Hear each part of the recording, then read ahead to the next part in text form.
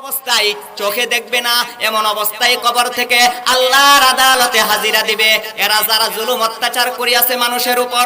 এখন টাকা আছে, পয়সা আছে, অর্থ আছে, ক্ষমতা আছে, হুজুররা সব নিয়ে জেলা বড় বুঝবা ওই দিন অন্ধ করে আল্লাহ কবর থেকে উঠাইবে। তাড়াতাড়ি যত উলামায়ে কেরাম আছে মুক্তির ব্যবস্থা করো। আল্লামা মামুনুল হক সাহেব দামাত বারাকাতুহুম ওনাকে মুক্তির ব্যবস্থা করো। অন্যথায় যারা জুলুম অত্যাচার কইরা আজকে পকেট থেকে টাকা নিছে, মানিব্যাগ চুরি করছে, এ সমস্ত যেটার কোনো যুক্তি নাই, যুক্তি ছাড়া কারণে আজকে জেলে ঢুকাইছে, ওই দিন যারা জুলুম অত্যাচার করছে অন্ধ হইয়া কবর থেকে উঠবো, ফেরেশতা বাইরেতে নিব, ওই দিন চোখে দেখতে না তুমি। এই যে কথা বলতেছিলাম আহমদ শফি নাই, কিয়ামত আইসা পড়বে, আইয়ুর ফাল ইলমু, ইলম উঠিয়া যাবে। আল্লাহ তাআলা হুজুরদেরকে, আহমদ শফি নাই, ওই আহমদ শফি হুজুর রহমতুল্লাহি আলাই ওনাদেরকে খেলাফত দিয়ে গেছেন। আহমদ শফি রহমতুল্লাহ আলাই আর পাবেন না। এই হুজুরদেরকে দেখেন, এদেরকে দেখলে সগীরা গুনাহ মাফ হবে। আমি সর্বপ্রথম হুজুরের বয়ান শুনেছিলাম যখন ঢাকা যাত্রাবাড়ি মাদ্রাসায় পড়ালেখা করি, শনি রাখরা হুজুরের বয়ান শুনছিলাম আপনাদের মতো বৈশা। এরপরে আজকে প্রথম স্টেজে দেখা, আলহামদুলিল্লাহ, আল্লাহ তাআলা হুজুরকে দীর্ঘ নেক হায়াত দান করেন। এই যে কথা বলতেছিলাম আহমদ শফি নাই, কিয়ামত আইসা পড়বে, আইয়ুর ফাল ইলমু, ইলম উঠিয়া যাবে। আল্লাহ তাআলা হুজুরদেরকে, আহমদ শফি নাই, ওই আহমদ শফি হুজুর রহমতুল্লাহি আলাই ওনাদেরকে খেলাফত দিয়ে গেছেন। আহমদ শফি রহমতুল্লাহ আলাই আর পাবেন না। এই হুজুরদেরকে দেখেন, এদেরকে দেখলে সগীরা গুনাহ মাফ হবে। এদেরকে পাইবেন না তো, খুব কষ্ট করে আনছি। আহমদ শফি রহমতুল্লাহ আলাই খলিফা। যাই হোক, বেশি কথা বলার সময় নাই। তো যে কথা বলতেছিলাম, এই কারিয়ার তাফসীর, আমি তো এলাকার সন্তান, যে পোড়া দিয়ে আমাদের বাড়ি, তো আমি আরো অন্য সময় ধারাবাহিকভাবে আলোচনা করব। যে কথা বলতেছিলাম যে আল্লাহ তাআলা দ্বিতীয়বার যখন ইসরাফিলকে বলবেন সিংগায় ফুৎকার মারিয়া দাও, ইয়াউমা ইউনফাখু ফিস সূরি ফাতাআতুনা আফওয়াজা, আল্লাহ তাআলা বলবেন ও জিব্রাইল, ও ইসরাফিল, তুমি দ্বিতীয়বারের মতো সিংগায় ফুৎকার মারিয়া দাও। আল্লাহর অর্ডারে যখন ইসরাফিল আলাইহিস সালাতু ওয়াস সালাম দ্বিতীয়বার সিংগায় ফুৎকার মারিয়া দিবে, আল্লাহ বলেন ইয়াউমা ইউনফাখু ফিস সূরি ফাতাআতুনা আফওয়াজা, যেই দিন ইসরাফিল দ্বিতীয়বারের মতো সিংগায় ফুৎকার মারিয়া দিবে, তোমরা দলে দলে কবর থেকে উঠিয়া আল্লাহর আদালতে হাজিরা দিবে। আফওয়াজা অর্থ দলে দলে, একটা অর্থ শিখালাম। আফওয়াজা অর্থ দলে দলে, তাফসীরে কাবির খণ্ড নাম্বার 31 পৃষ্ঠা নাম্বার 11 10 আফওয়াজের ব্যাখ্যা লিখেছেন 10 প্রকারে মানুষ কবর থেকে উঠবে। একদল লোক উঠবে বানরের সুরতে।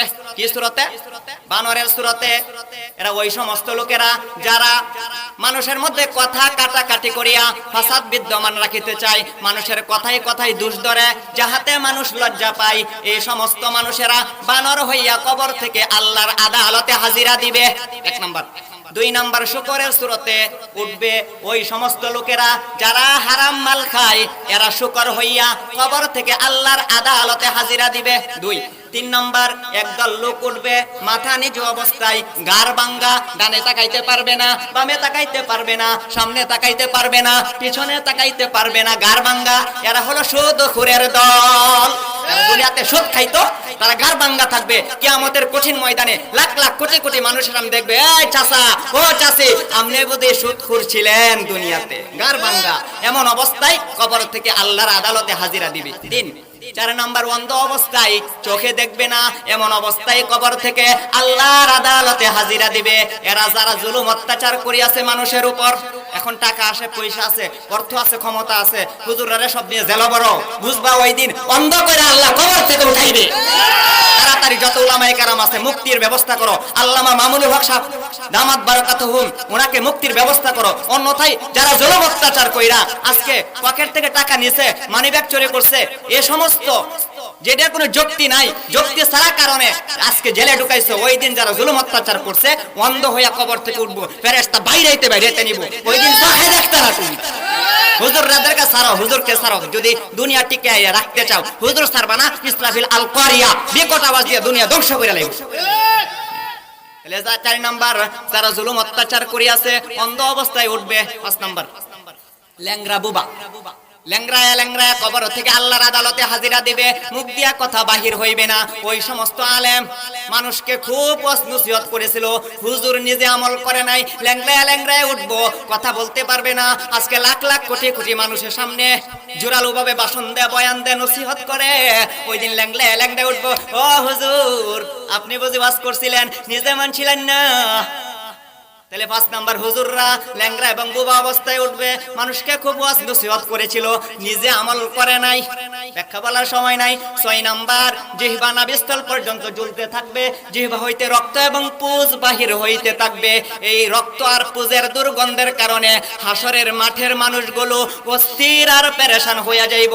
যারা মিথ্যা কথা বলে, গীবত করে, জবান দ্বারা ফায়সা গালি গুলাস করে। কয়টা হইলো? 6টা গেছে। 7 নাম্বার হাতও থাকবে না, পাওয়া থাকবে না, গইরায়া গইরায়া কবর থেকে আল্লাহর আদালতে হাজিরা দিবে। এরা ওই সমস্ত মানুষেরা যারা পাড়া প্রতিবেশীকে নানা প্রকার কষ্ট দিয়েছে, জুলুম অত্যাচার করিয়াছে। পাড়া প্রতিবেশীর হক আদায় করো, অন্যথায় কিয়ামতের কঠিন ময়দানে কবর থেকে উঠবা, হাতও থাকবে না, পাওয়া থাকবে না, গড়ায়া গড়ায়া কবর থেকে আল্লাহর আদালতে হাজিরা দিবে। ওইটা হইলো 7। 8 নাম্বার অগ্নির শুলে ঝুলন্ত অবস্থায় উঠবে, অগ্নির শুলে ঝুলন্ত অবস্থায়, এমন অবস্থায় কবর থেকে আল্লাহর আদালতে হাজিরা দিবে।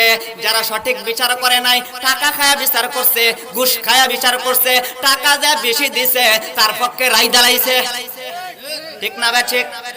টাকা বেশি রায় তোমার পক্ষে, টাকা নাই রায় নাই। যারা সঠিক বিচার করত, এদেরকে গালিগালাজ করত, এদেরকে অস্বীকার করত, এরা অগ্নির শুলে ঝুলন্ত অবস্থায় কবর থেকে আল্লাহর আদালতে হাজিরা দিবে। 8 গেল।